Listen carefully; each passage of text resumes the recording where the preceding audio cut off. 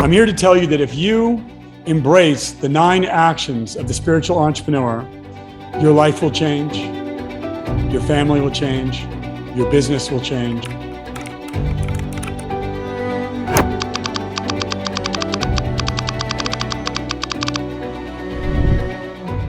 One of the things I needed to learn quickly when I was being mentored is I needed to trust the one that was leading me.